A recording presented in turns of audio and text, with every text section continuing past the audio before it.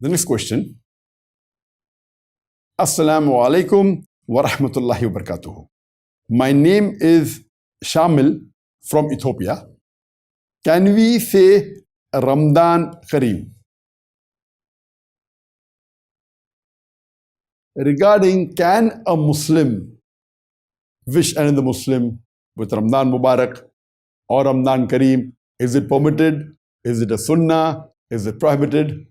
Normally, the Prophet, whenever the month of Ramadan approached, he used to inform the people. It's mentioned in Sahih Bukhari, volume number 3, hadith number 1899, that the beloved Prophet Muhammad said that Ramadan is the month in which the gates of heavens are opened and the gates of hell are closed and the devils are chained.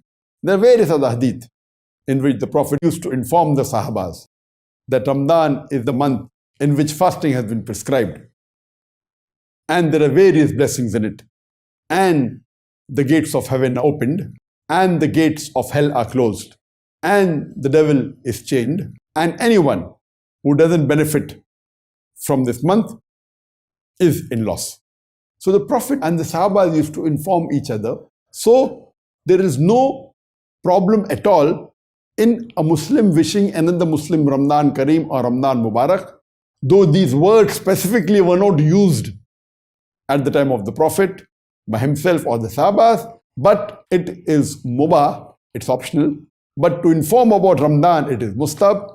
To your other Muslim brothers, your other Muslim sisters, it's mustahab. But these words specifically, Ramadhaan Kareem or Ramadan Mubarak, were not used by the Prophet, but there's no harm at all. It is mubah, but greeting each other and informing about this blessed month is a mustahab, it's a sunnah act.